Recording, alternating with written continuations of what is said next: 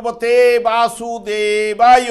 আমার প্রিয় দর্শক বন্ধুকে আমার আন্তরিক অভিনন্দন, শুভেচ্ছা ও ভালোবাসা জানাই। আমি আশা করি অনাদির আদি গোবিন্দের অশেষ করুণায় আপনারা সকলেই কুশল আছেন। আজ আপনাদের কাছে যে গুরুত্বপূর্ণ বিষয়টি নিয়ে আলোচনা করতে চলেছি, বৃহস্পতি কর্কট রাশিতে তুঙ্গস্থ অবস্থায় অশ্লেষা নক্ষত্রে প্রবেশ করবে 19 আগস্ট 2026 ভোর 3:37 অবস্থান করবে 31 অক্টোবর 2026 পর্যন্ত, মোট 74 দিনের মতো।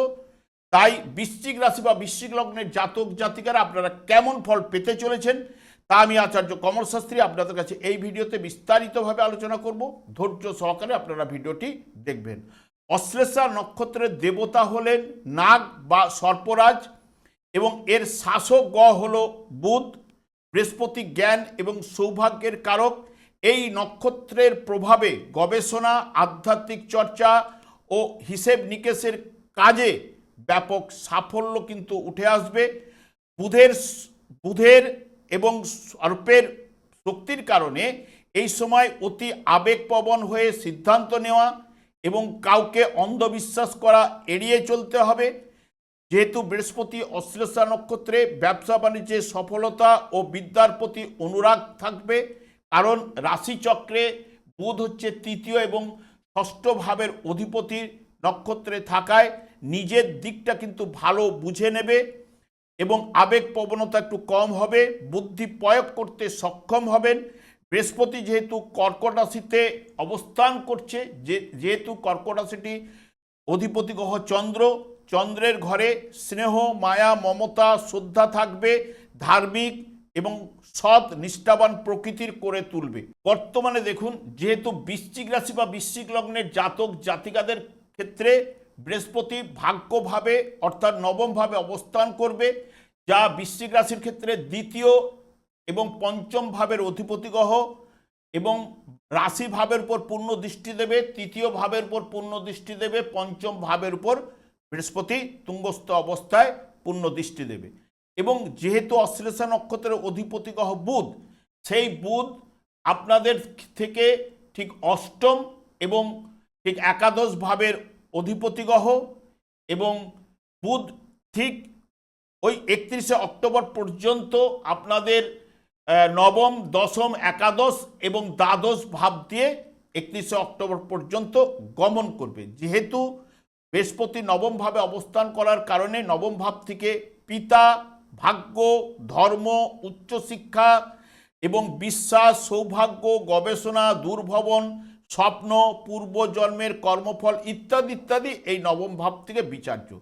বৃশ্চিক রাশির জাতক জাতিকাদের ক্ষেত্রে অত্যন্ত শুভ এবং ভাগ্য উন্নতিমূলক ফলাফল কিন্তু নিয়ে আসবে।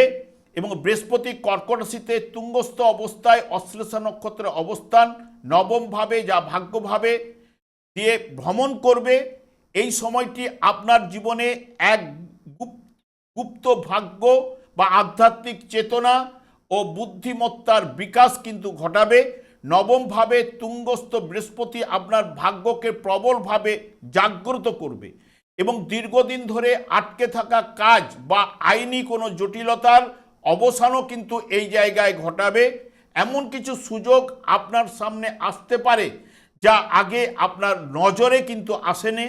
এবং শিক্ষার্থী এবং যারা প্রতিযোগিতামূলক পরীক্ষার প্রস্তুতি নিচ্ছেন তাদের জন্য এই বর্তমান সময়টি অত্যন্ত ফলদায়ক এবং উচ্চশিক্ষা, গবেষণা বা নতুন কোনো বিষয়ে গভীরভাবে জানার জন্য এটি সেরা সময়।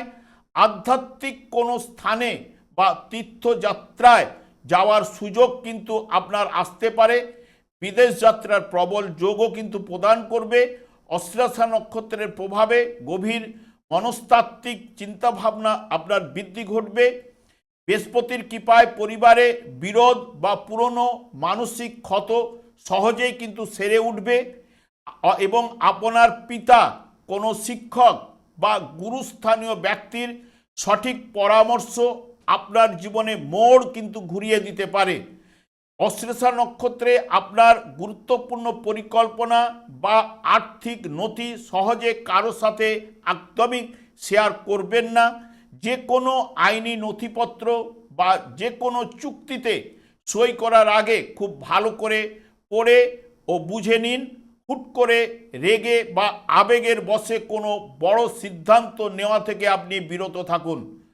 বুদ্ধিমত্তার বিকাশ এই জায়গায় ঘটাবে, ব্যবসা বাণিজ্যে উন্নতি ও অগ্রগতি নিয়ে আসবে, আর্থিক পরিস্থিতি আপনার মজবুত হবে, অকস্মাৎ অর্থপ্রাপ্তির যোগ রয়েছে, লটারি ফাটকা শেয়ার থেকে আর্থিক লাভ ঘটবে, চাকরিতে সম্মান এবং উন্নতি ঘটবে এবং দান ধ্যান করার একটা মানসিকতা আপনার মধ্যে চলে আসবে। অভিপ্রেত কাজকর্মে আপনাকে সফলতা নিয়ে আসবে। সন্তানের কারণে আপনি গর্ব অনুভব করবেন।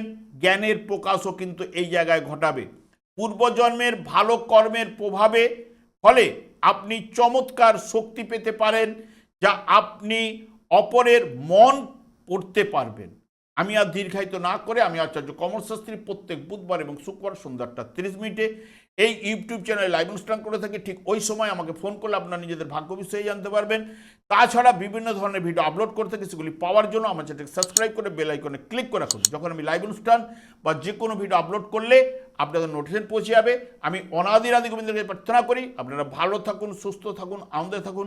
আজ এই পর্যন্ত, পরে ভিডিও দেখা হচ্ছে। নমস্কার।